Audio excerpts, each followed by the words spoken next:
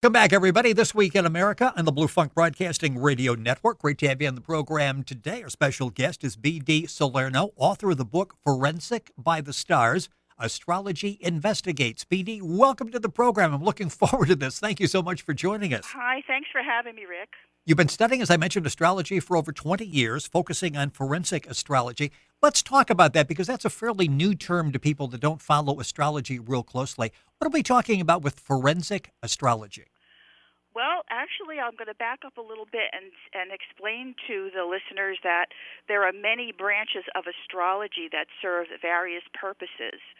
The one we're particularly referring to is event astrology, where an event happens, such as there's a train wreck or there's a signing into law of a new bill, the time of any important event, and you can construct a horoscope and it will describe that event and the surrounding circumstances of that event.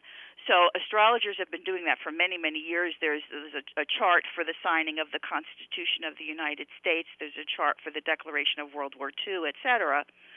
But a lot of people have done this before me, but nobody's really written extensively about it, is if you can also do an event chart for a tragic event or a crisis like a crime or a murder. And it will describe the circumstances of that situation as it would anything else that you would cast a chart for. And I first discovered that when I was studying a branch of astrology which is called horary. And that is basically, horary means hour, and it is a form of astrology used for hundreds and hundreds of years that its purpose is to answer questions. You can actually answer questions with astrology. And I was studying that, and because that's based on the time that a question is asked, I was like, well, if I can get an answer to a question, I can get an answer to an event that happened that we don't have all the details about just yet, or that which are not yet apparent. So I started reading in some of the books I read where astrologers actually had done charts for famous crimes. Now, for many years, I've been a crime buff. I've read all, Anne Rule's books and all the crime writers. I just seem to be attracted to things that are mysterious, things that you want to know more about. Yeah, in a lot of cases, these were conclusions or outcomes that really didn't make a whole lot of sense to most of the public. And to you, it's like, that just doesn't ring true to me. Yeah, that happened with a lot of my early charts. And when I was studying the horary astrology, and I found out, there were some astrologers that were writing about famous crimes, and they were figuring out who did them. In particular, one astrologer wrote a book that influenced me tremendously called The Astrologer Looks at Murder. She wrote it around 1964, and her name was Barbara Waters. Of course, being a true crime buff and an amateur sleuth and all that, I was like, oh, I had to read that book. And I read it, and I was fascinated by the technique she was describing. So Barbara Waters took the event chart, which is the horoscope cast for a specific place and time, for one of the Jack the Ripper murders in London back in 1888. And she actually developed a profile of the killer, and it matched one of the prime suspects. Of course, we still don't know who did all that, but there's still a lot of, there's a good handful of prime suspects for those murders, and possibly more than one individual.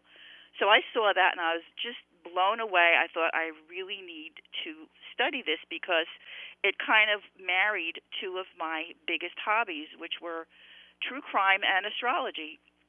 At the time, I had a roommate who was a history major, and she was doing a paper on the Charles Lindbergh Jr. kidnapping, which took place in New Jersey, not far from where I live. I grew up, and I'm living in New Jersey right now.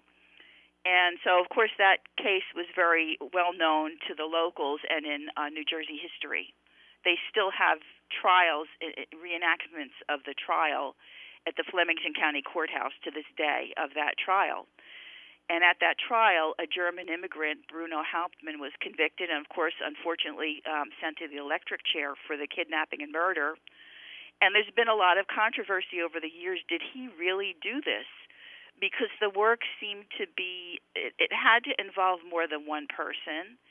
And he was so adamant about not being involved, and nobody believed his alibi, and nobody would come forward except his wife. And, of course, her testimony was discounted completely because they figured she was just trying to protect him. So my very first forensic horoscope was of the Lindbergh kidnapping. I had to do some research to get all the information I needed. But when I did that horoscope, I was completely blown away by my findings, and I was just committed to doing this kind of work. I just felt like there's something to this that is so important and needs more study. So that's actually the discussion of that crime is in the introduction to my book, Forensics by the Stars. And it's fascinating as you read that. The book is Forensic by the Stars. The website is forensicbythestars.com. When you go about doing something like that, and that's something that we've all read and vaguely remember about the Lindbergh baby situation, what date do you use? I would assume there's so many different dates that you could choose in there. How do you go about finding a date? And then you talked before about the charts will describe and tell you things. How does that happen? What all goes into the equation? Well, actually, what a chart really is you can visualize a horoscope as it looks like a pie chart. It's got 12 sections to it, and those sections are the 12 houses of experience. Everything that happens to us in life belongs to one of these houses of experience. For example, there's a house that rules your children. It also rules your creativity because it's creation. A child is a creation. And another house rules your marriage partner, your business partner. It also rules the perpetrator that commits a crime. These houses have literally hundreds of meanings.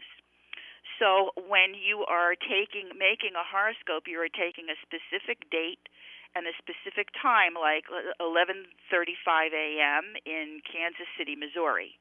If something happened then, you would do it for that time. And what is represented on that in the pie chart, so to speak, the horoscope, are the positions of planets, the sun and moon, and various stars.